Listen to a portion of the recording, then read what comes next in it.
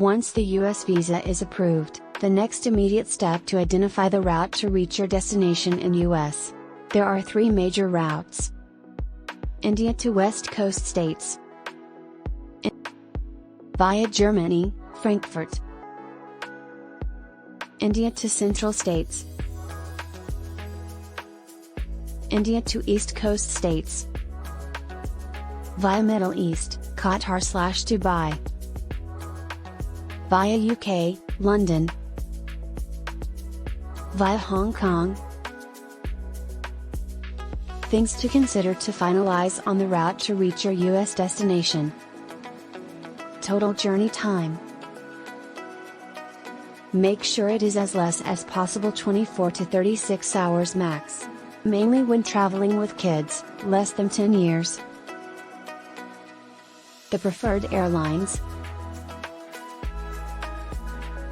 Check the ratings for the airlines service both while travel and transit, connecting flights.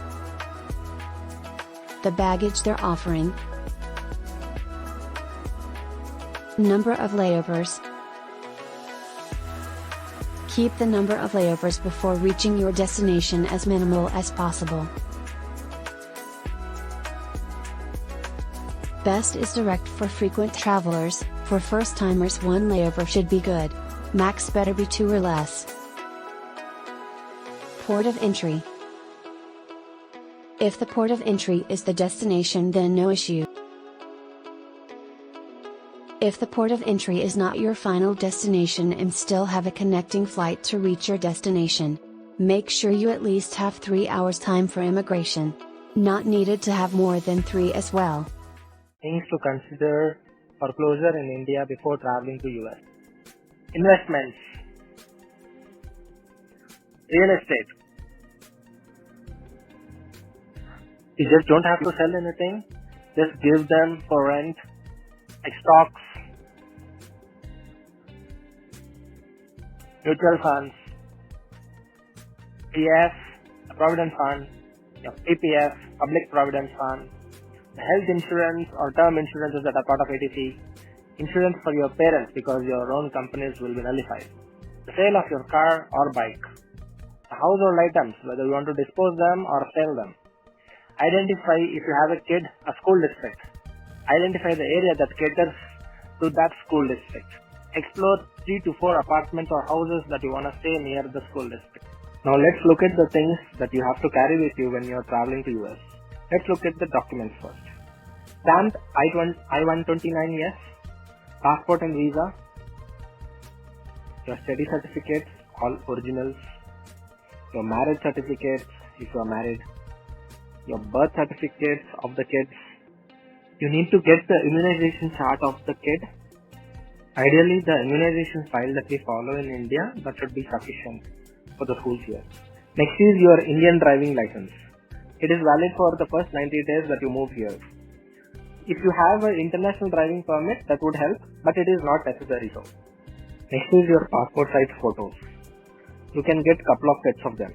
One crucial point over here is your certificates shouldn't be laminated, and they don't consider if it is laminated as originals. Next, let's look at the household stuff that you need to carry. Get a Forex card worth $500 to $1,000. Just check whichever is best available in the market. The top 3 would be HDFC, Axis or ICICI. Carry some cash as well with you. It can be $500 to $1,000. Usually, if you have Orient Exchange in your city, that gives the best deal for this exchange rate. If possible, discuss with the US bank to open an account for you before even you arrive in the US. Ideally, Bank of America does that. Identify a good school district for your kid, and then try to find a good neighborhood around the school for you to stay. You can find the ratings of the schools in greatschool.org website. Then get all the general medicines or the prescribed medicines that are specific for you or the kids. Get few ethnic wears that you might plan to use during the year, as US doesn't have decent boutiques for all the different ethnic style wears.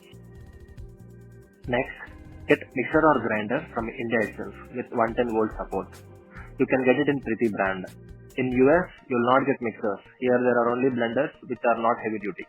Get pressure cookers as per your need. It can be 2 or 3, one can be for rice, one can be for dal. Next, Get one dinner set, stainless steel vessels, couple of them, few plates, glasses. Also to make sure US has induction coil stubs, for which you have to make sure the base of the vessels that you are buying should be flat. Because if you take curved ones, the heat might not be uniformly distributed. Next, let's look at the food items that you can carry to the US. For your initial days, please carry few ready mixes that are available in MTR. When it comes to flours, you can carry all the flours, atta, rice, maida, anything that matters to you, you can get all of them. Also, you can get all homemade cooking powders and masalas. Till now we have seen what to carry.